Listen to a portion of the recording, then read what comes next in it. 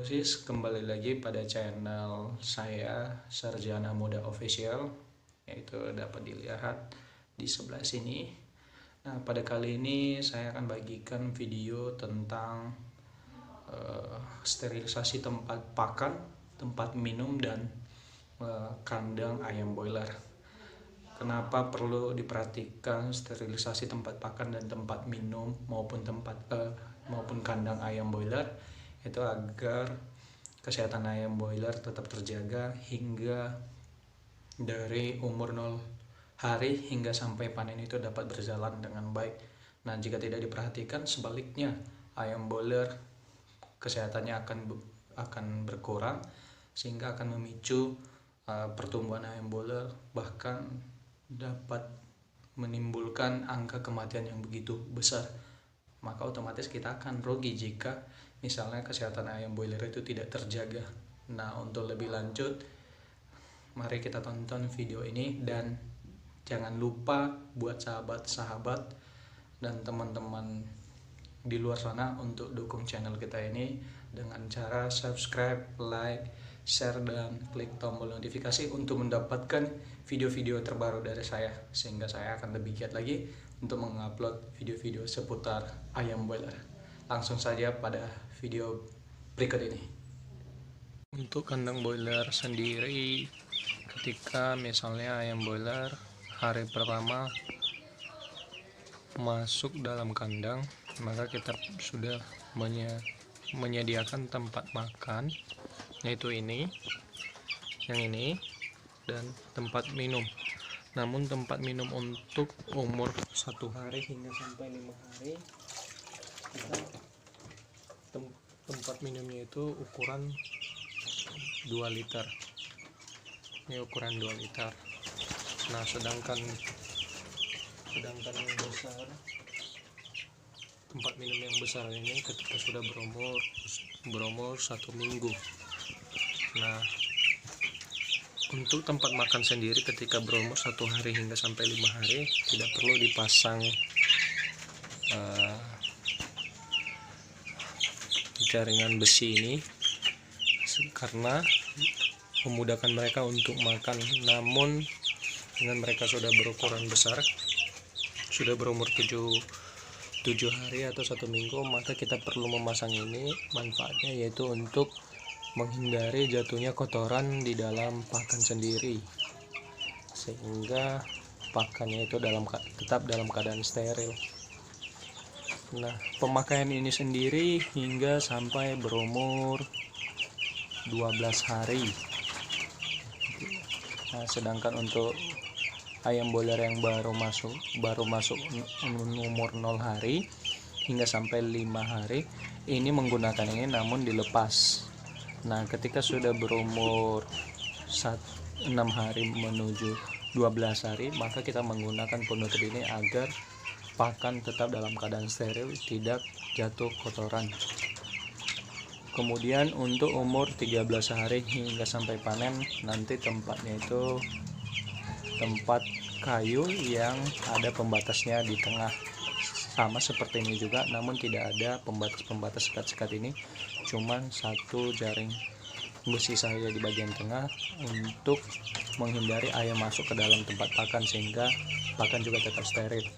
Nah, untuk jarak lampu sendiri ini, jika usia ayam boiler mulai dari 0 sampai 5 hari, maka jarak bola lampu yang ini ke ayam itu 30 cm. Nah, bola lampu yang kita gunakan bola lampu pijar, namun dalam hal ini kita menggunakan 2 bola lampu sekaligus dalam satu kandang. Nah, kapasitas isi ayam di dalam kandang ini yaitu sebanyak 100 ekor, dan puji Tuhan ayamnya hidup semua. Nah, namun di siang hari ada perbedaan, yaitu jarak bola lampu ini. Misalnya mulai dari jam 11 hingga sampai jam 4 sore, ini bola lampu agak sedikit dinaikkan agar ayam tidak terlalu kepanasan. Namun dalam hal ini kita selalu memperhatikan tempat minum wajib dalam keadaan masih berisi sehingga mereka tetap, meskipun bola lampunya panas, namun mereka tetap sehat dikarenakan tempat minum telah disediakan. Begitu juga dengan pakan tetap full.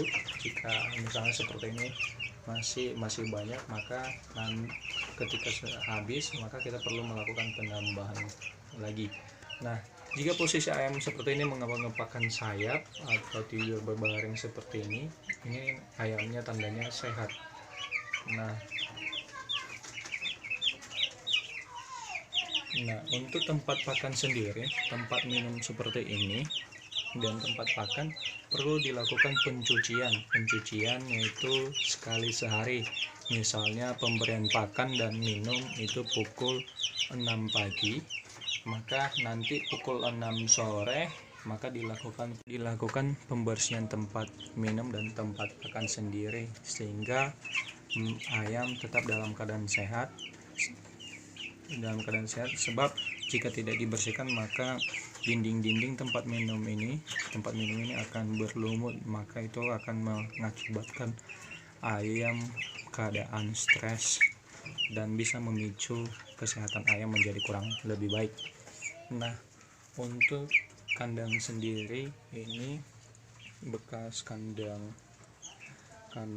babi, namun saya meletakkan di atas kandang babi sehingga kotoran antara tempat ayam di lantai dasar kotoran itu berjarak 1,2 meter atau 120 cm, sehingga penyiraman kotoran pun ini bisa langsung jatuh ke selokan ke sana sehingga tetap dalam keadaan bersih. Namun pembersihannya sendiri itu dilakukan 3 kali sehari, misalnya jam 6 pagi, kemudian jam 12 siang dan jam 6 sore. Dan ini tetap dilakukan secara rutinitas sehingga aroma dari dasar lantai itu tidak diserap oleh ayam boiler, karena apabila ini tidak dilakukan penyiraman sebanyak 3 kali dalam sehari, maka ayam tersebut akan menghirup aroma kotoran tersebut sehingga memicu ayam berkurangnya makan. Maka tipsnya adalah dilakukan pembersihan sebanyak 3 kali dalam sehari. Nah, untuk video kali ini itu saja yang bisa saya share, yaitu masalah tempat pakan dan tempat minum itu perlu dilakukan pembersihan sekali dalam 1 hari.